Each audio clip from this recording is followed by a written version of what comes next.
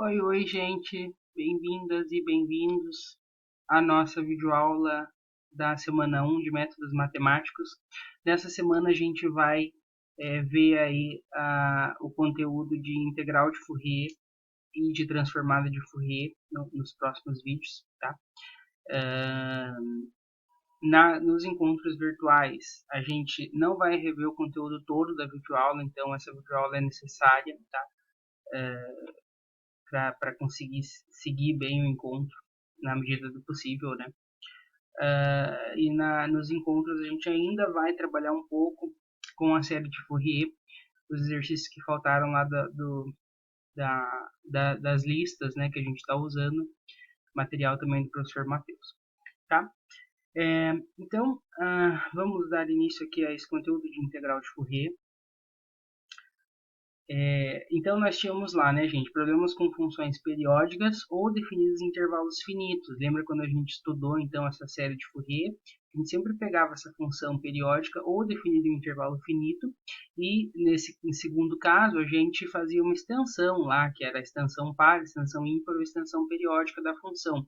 Mas sempre resultando aí para um problema de uma função periódica ou definida nesse intervalo. E aí, para isso, a gente tinha as séries de Fourier. Agora, na integral de Fourier, a gente vai passar para problemas, né, ou para funções é, não periódicas e definidas, né, não periódicas e definidas em todo o eixo x. Então, a ideia central aí que a gente vai estar do porquê, né, da gente utilizar a integral de Fourier, que agora a gente vai estar nesse tipo de função, tá? Não periódica e definida em todo o eixo x. Então, para a gente entender como é que a gente vai fazer essa integral, né, a gente começa com uma função, um exemplo concreto aí de uma função fl, tá? A definição então vai depender desse parâmetro L, definida da seguinte maneira ali, ó, ela vale 1 para entre menos 1 e 1 e vale 0 fora daquele intervalo. Claro aí então que a gente está pegando essa função como sendo periódica, tá? De período 2L maior do que 2, ou seja, L é maior do que 1 para a gente não ter problemas ali na definição da função. E aí, quando a gente faz L tender a infinito, ou seja, né, veja que a gente já está alargando aí a definição para o eixo todo. O que acontece com a função resultante? A gente vai chamar a função resultante de f de x, sendo o limite com L no infinito. E aí o que vai acontecer? Né? Veja, esse L aqui, né, esse menos L vai para menos infinito, esse L vai para mais infinito. Então, ela fica valendo 1 ainda nesse intervalo entre menos 1 e 1. Veja que esse intervalo não depende do parâmetro L. E em todo o restante, né, do eixo x, ou seja, no complementar aqui desse intervalo, ela fica valendo 0 quando a gente faz esse limite. E aí o que a gente quer é estender a teoria, né, das séries de Fourier para a função f de x aqui. Como é que a gente trataria essa função f de x? Então, veja, né? Lá nas séries, vamos relembrar aqui a série. Como é que a gente escreveu a série de Fourier para fl, aqui, ó, dada aqui, sem ainda passar o limite? Era o nosso A0 e o somatório infinito das funções aí trigonométricas, né? Uma combinação linear de cossenos e senos. Esse Wn era o nosso nπ sobre L. Então, aqui ficaria cosseno de nπx sobre L, seno de nπx sobre L. O A0, o AN e o BN são os coeficientes de Fourier, que são dados lá pelas fórmulas de Euler, né? Que são aquelas integrais que a gente calculava lá. Então, repare que a função fl aqui, ela é uma função par. Aqui, ó, quando a gente passa aqui a simetria, a gente já vai ver graficamente como é que ela fica, tá? Mas ela é uma função par. Ou seja, né, f de menos x é igual a f de x. Aí, como é que era o Bn? O Bn era 1 sobre π integral de menos L a L, a função fl, né, de x, multiplicado pelo seno. Como fl é par e seno é ímpar, aquele produto vai dar uma função ímpar. Integral no intervalo simétrico em relação à origem de uma função ímpar é zero. Então, veja, lembra lá que como a função é par, os bn são zeros. Ou seja, essa parte aqui ela se anulava e a série de Fourier da função FL, né, era exclusivamente de cossenos, e aí nesse caso aí do A0 também. Então, o A0, 1 sobre 2L, né, de período 2L, integral de menos L a L, FL de x dx. Só que a função só não é nula entre menos 1 e 1. Então, a integral se reduz a integral de menos 1 a 1. A função, que vale 1, está aqui, dx. Claro, essa integral vai dar 1 menos menos 1, né? Dá 2, daí simplifica aqui por C2, 1 sobre L. Encontramos aí, então, o coeficiente de Fourier A0 igual a 1 sobre L. Calculando o AN, tá? Isso aqui é só recordação, a gente já calculava esses coeficientes lá antes, né? Então, é 1 sobre L, integral de menos L a L, que vai se reduzir a menos 1 a 1. A gente tem 3 exemplos nas videoaulas anteriores, né, de como calcula. FL de x, que vale 1 nesse intervalo, vezes cosseno de npx sobre L, ou ali, como a gente está usando a notação, né, WNX. Aí, nesse caso, npx sobre L. Aí, o cosseno é uma função par. Lembra que a integral de uma função par em um intervalo simétrico é 2 vezes a integral no semi-intervalo, aí no intervalo pela metade, então na metade do intervalo, né? Então 0 a 1, 2 sobre L, integral de 0 a 1, cosseno de npx sobre L.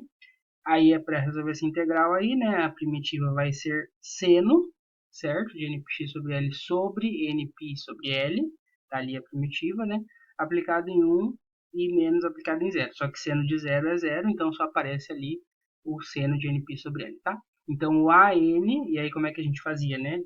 A série de Fourier a gente substituía aqui o A0 por 1 sobre L, o AN por esse valor, 2 sobre L, seno de np sobre L sobre np sobre L, vezes o cosseno de WNX para encontrar a série de Fourier, tá? A gente não vai fazer isso, né? O que a gente quer fazer agora é observar graficamente como é que é essa função. Então, repetir lá em cima o que a gente está fazendo, né? Considerando ela periódica e depois fazendo ela tender a infinito. E aí a gente vai ver de um lado a forma gráfica da f de L, que é uma onda quadrada, a gente já vai ver, e do outro lado esse espectro de amplitudes, aí a L. Esse espectro eu já vou explicar melhor ali no gráfico. Não se prendam ao nome, tá, gente? Isso aqui é só para a gente entender como é que a gente vai chegar nessa integral, mas é o módulo do AN, tá? O AN lá que a gente acabou de calcular, 2 sobre L, seno, tá? Então, para L, e aí não esqueçam, né, que o nosso WN agora está sendo NP sobre L. Então, aí para L igual a 2, a gente tem 2L igual a 4, e o gráfico da função fica assim, ó, né? De menos L, de menos 2 a menos 1 é 0, de menos 1 a 1 é 1, e de 1 a L, que nesse caso é 2, é 0. E ela é periódica de período 2L, ou seja, esse gráfico aqui ele vai se repetindo para a esquerda e para a direita, tá? Então fica mais ou menos assim. Como é que ficaria esse primeiro gráfico aí de espectro? Observe aqui, ó. Aqui nesse eixo é o WN e aqui é o tamanho, tá, do AN. E aí é positivo ou negativo, né? Então o tamanho é o módulo e ele fica positivo ou negativo. Então, por exemplo, para N igual a 1, a gente tem o π sobre L. O nosso AN, a gente substituía lá N igual a 1. Então aqui, ó, vamos só observar lá. A1. A1 é 2 sobre L, seno de π sobre L, sobre π sobre L. Tá? Esse valor é que está aqui indicado. Ok? O n igual a 3, por exemplo, a gente vai ter lá 3π sobre 2. Desculpa, o n igual a 3 é esse. Aqui é n igual a 2. Então, é 2π sobre L, L igual a 2 nesse caso. Então, π, né? 2π sobre 2 dá π. E lá a gente vai ter A2, que é seno de 2π sobre L, ou seja, seno de 2π sobre 2, seno de 2π. Seno de π, né? Seno de π é zero, então está aqui indicado. Depois, assim sucessivamente, né? E aí ele vai indicando, é isso que esse gráfico está sendo feito, é aquele AN que a gente calculou anteriormente para cada N, tá? Agora, para L igual a 4, 2L igual a 8, a gente já tem essas ondas aí, esses pulsos aí um pouco mais alargados. E o espectro aqui né, um pouquinho mais denso agora aqui no eixo WN, tá? Obtendo mais valores aqui, diferentes para WN, né? Você veja que ele tem mais valores, ó, vamos voltar lá. Aqui até o zero ele só tem esse valor. Agora aqui para o zero ele já tem mais esses três valores, né? Agora para o L igual a 8, 2L igual a 16. A onda mais alargada ainda, e veja, mais valores para esse espectro aí, espectro de amplitudes, tá?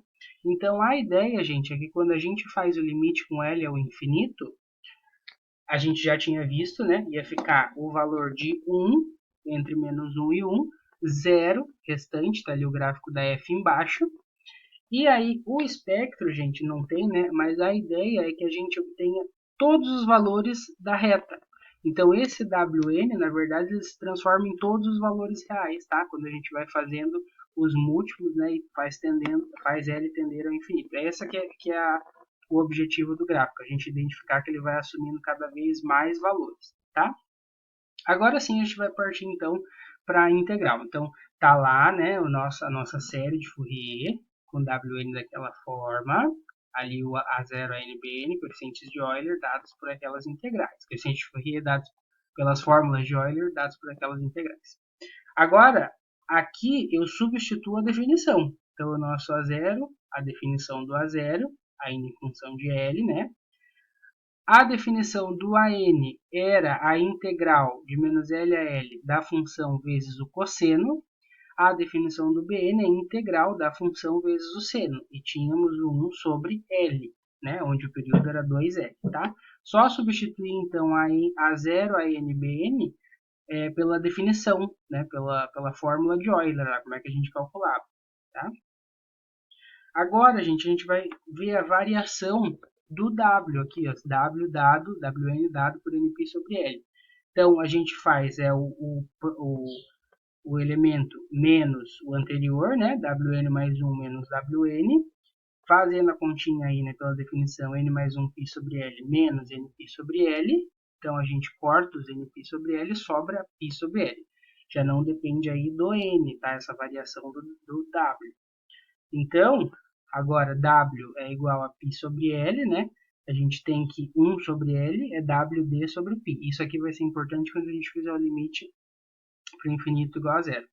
Viram aí, né? A gente passou aqui o π dividindo. Wπ sobre L é igual a 1 sobre L. Pause o vídeo e veja, gente, se vocês estão entendendo passo a passo. Eu estou dizendo o que a gente está fazendo, tá? Mas pause e perceba o que eu estou querendo dizer, tá? Aqui substituímos a 0 a NBN pela sua definição. Aqui a gente só identificou aí a variação de W. Agora, substituindo isso ali, essa variação de W, a gente vai ficar com o seguinte. No somatório, a gente tem aqui, ó, 1 sobre L é WD, é delta W, desculpa. 1 sobre L é delta W sobre π. Tá? 1 sobre L eu substituí por delta W sobre π. E coloquei o delta W lá dentro do somatório. Tá? Distribuí, né? Porque a gente tinha essa soma aqui. Distribuí o delta W aqui no cosseno e lá embaixo no seno. Vai aparecer aí. Tá? Então, 1 sobre L a gente fez a troca aí por delta W sobre π e distribuir ali o delta W naquele somatório e para cada uma das integrais. Agora veja, vamos mudar de slide. Tá aí, isso aí é a nossa última linha que eu copiei novamente aí. Agora sim, gente, a gente quer passar o limite com L tendendo a infinito. O que acontece? Aqui, ó, 1 sobre 2L, quando L vai a infinito, esse termo aqui vai para zero. Então, esse termo aqui já vai desaparecer, certo? O FL, no limite, a gente vai chamar de f de x, que a gente tinha definido lá. F de x igual ao limite de L infinito do FL. Então, esse primeiro termo aqui da direita vai para zero, porque 1 sobre 2L vai para zero. Mais 1 sobre π, agora veja, ó, a gente tem aqui um somatório, aí eu vou relembrar para vocês, então aí o f de x, a definição, e o que a gente tinha achado da variação de W. 1 sobre L é igual a delta W sobre π. Quando L vai para infinito, e isso vai para zero, ou seja, a variação de W